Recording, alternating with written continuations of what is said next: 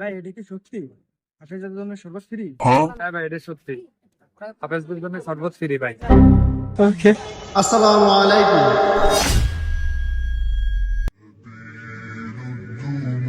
ভাই এক গ্লাস শরবত খাওয়ান।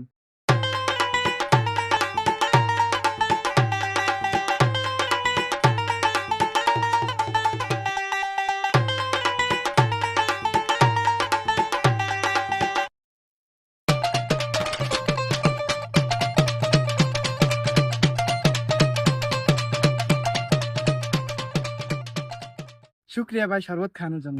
ওরা আমি চিনি নেই, বাটপার হুজুর সাইজ আইছে না ফ্রি শরবত খাল লাগে।